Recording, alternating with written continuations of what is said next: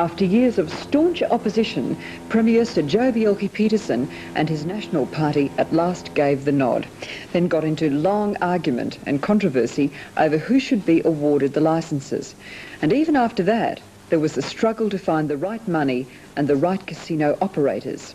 Townsville's casino is still to rise from the ground, but on the Gold Coast, the bad start's forgotten and the casino's well on its way up. Sean Hoyt's been finding out what it takes to bring casino gambling to Queensland.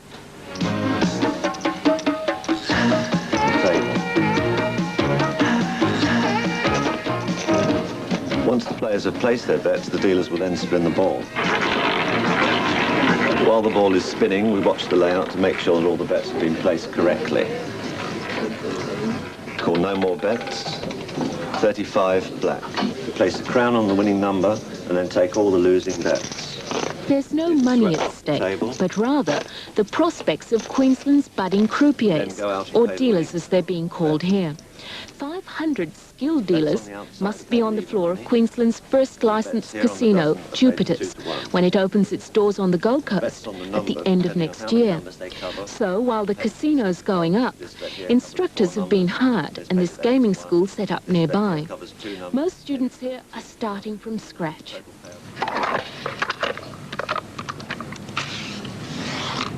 All right, this is the game of blackjack. It's a very widely played casino game around the world. And those of you that have lived in Australia, like all of you, it's also similar to the game called Pontoon here. The object of the game is to get as close to 21 as possible without going over.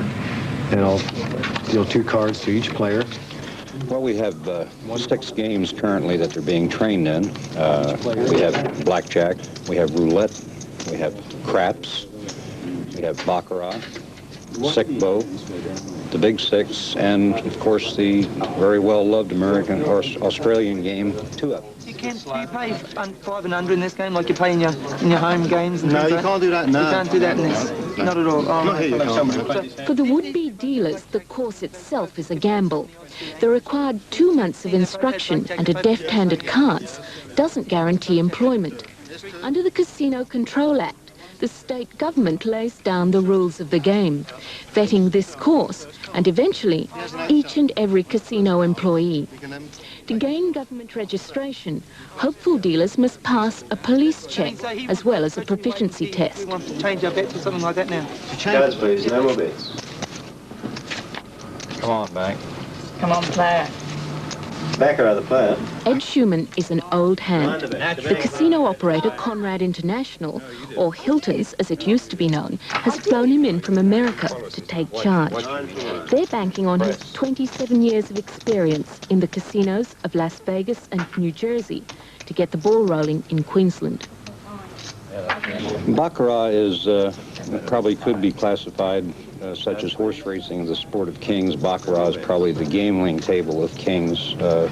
Your high money players from Arabia and so forth, they love the game of Baccarat. That's not to suggest that in our casino you have to be a millionaire to play Baccarat. We'll have Baccarat games with a very low minimum bet allowable. But it's sort of a sophisticated game that's not very complex at all. Talking about simple games, did it surprise you to find 2-up in Australian casinos? Yes, I had never really heard of the game 2-up until I decided to come to Australia. We played similar games in the U.S., not in casinos that, you know, where 2 coins were tossed into the air, but just the name 2-up never related to me, and as far as playing it in a casino, I never considered it. 25, looking. Come on, a 5. Let's see it now. Make that 5. Come on, shooter. 41 Let's see a 5. Roll 'em. My favorite game is craps. That'll do. The reason being is it's a very fast action game. You have action for your money, every roll of the dice, which probably occurs every 15 seconds. So it's a fast action, loud, boisterous, exciting game where money changes hands very quickly back and forth. And I just like the game. Thank you. Here you go. Come on, shooter. That's it. Here we go. 32. Let's see a 5. 6 easy. 6 not play the big red. We're going to have 108 gaming tables, 74 blackjack tables, 20 roulette tables and various other tables come to about a total of 108, which is probably the largest casino in the Western Hemisphere, and outside of Atlantic City, New Jersey, I don't know of any larger in the world. Jupiter's Casino is going up a pace on the Gold Coast Broadbeach Island. It's set to make the coast Australia's glamour gambling capital. It's the second biggest current building project in the country, second only to Canberra's Parliament House. It'll also incorporate a 600-room hotel and a convention centre and parking facilities for 2,000 people. The heart of the complex, the casino itself, will spread over 1.5 acres. That's floor space for the gaming tables, equivalent to a large supermarket. Reluctantly, casino operators will have to open without the biggest money spinner of all, poker machines. But with optimism, they've set aside space in case the Queensland government softens its opposition to the pokies. Watching over construction alongside the casino management is a state government architect, a Treasury-appointed watchdog. No other private enterprise project in Queensland's been subjected to such close government scrutiny and such stringent controls. The casino's security system, monitoring gamblers from above, will in turn be monitored by a team of government inspectors. The Queensland government's boasting it's drawn up the toughest casino legislation to be found anywhere. There are supervisors on the floor, there are supervisors on the catwalk, and the government is trying to ensure that the whole operation is as impeccable as possible. So what we have a false ceiling going through the whole area through here. Above the ceiling is a catwalk system that both government and company surveillance officers walk on. Underneath that suspended ceiling is a series of closed-circuit television cameras. The government will be monitoring the operation of the casino from the actual gaming to the counting of money. They'll be monitoring on a 24-hour basis. Ed Schumann promised Jupiter's will have the most sophisticated of camera surveillance systems, watching over every table. Everything is monitored, a lot of it's taped, and it makes every square inch of the casino available by camera. And zoom lens, close proximity, no sound, but as far as viewing, you can see every inch of the casino and the table games. What about security personnel?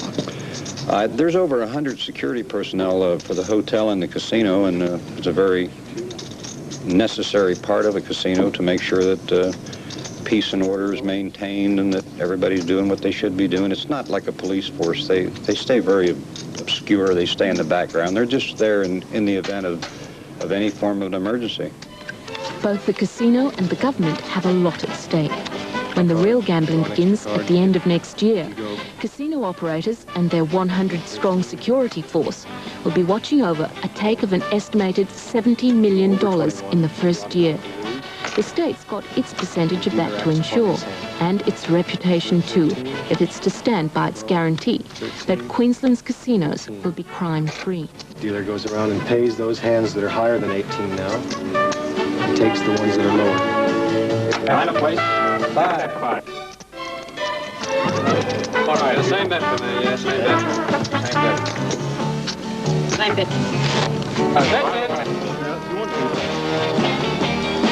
I'll put this one here. I'll put my one over there. Right there.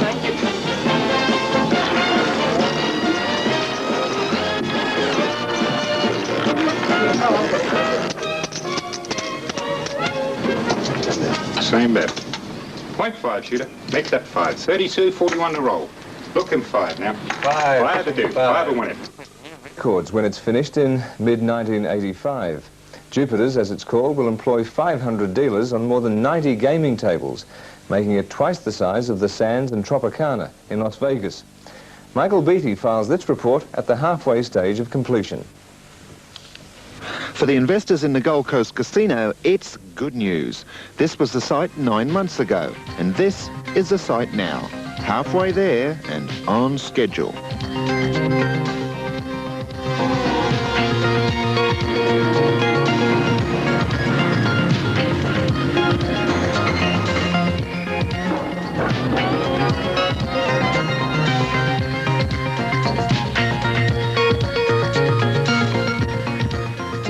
schedule seems to be a fairly rare occurrence in the Australian building trade these days, particularly in Sydney and Melbourne. But not only is everything going according to plan, but there's actually been some money saved as well. And that's even more unusual. We've had very strict control of the costs, particularly in the design stage and now in the construction stage, and that enabled us to save the $6 million, and we've spent that money on 2 extra floors. There's no doubt that Queensland people have got a very good attitude up here. I came up here a couple of years ago from Melbourne, and it's a delight to work up here. Not only the attitude of the people, but of course weather is very good for building. What do you find that the main difference in attitude? Do you think people just perhaps want to work more up here? I mean, is it as simple as that? I think that's basically it. That a lot of people have come from the southern states, and those people that have come are those that really want to make a go of things and are prepared to work hard and get the rewards. Jupiter Casino itself has 2 floors separated by a small mezzanine. And this consists of a myriad of walkways that will eventually house video cameras focused onto the tables and the cashier areas. But apart from the casino, of course, there's also the massive Conrad International Hotel, which, when it's finished, will have 622 rooms, making it the largest hotel in Australia, just pipping the Regent in Sydney by 1 room.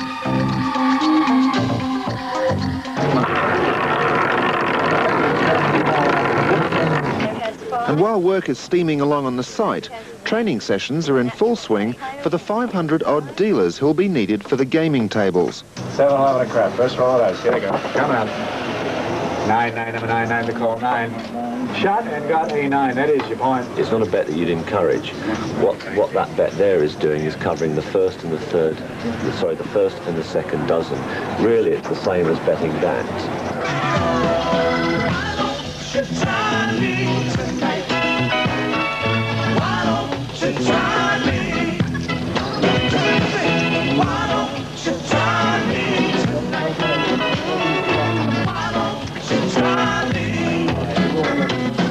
The average course to learn how to deal blackjack, or some people refer to it as 21, is it's 160 regular hours plus 40 hours of voluntary practice, plus an additional 40 hours of a crash program when it's over. So you're looking at 240 hours for one of the games that could be classified as a simpler game. When you come to a game like craps or roulette, now you're talking 260, 280 hours of actual training. What sort of qualities did he look for? I mean, you had a lot of applications. Yeah. So how did you weed out those 500? Well, what we're looking for in particular is people that have a very pleasant personality. Just about anybody that is average intelligence and is not too physically handicapped can fundamentally learn to deal the games. But in order to address the public the way we want them addressed here, to be friendly and to like people and to portray the fact that they like people in their interviews is probably the prime thing that we have in our minds, because we are a recreation facility and we want everybody to have a good time and have fun and nobody feel intimidated. And as I said to you before, everything from a brickie to a solicitor and everything in between will be welcome in this particular facility. It's knowing how to handle people that could become irate and how to handle them and make them go away happy. That's as they say in show business, always leave them laughing. To the bottom. Well, you never know when you might need to find another job, so perhaps being a dealer might be my alternative. Makes it look so easy, old Perry. Should be no problems there. Stand back and give the maestro a go. Oh well, perhaps blackjack's not my forte. How about roulette? Looks simple enough.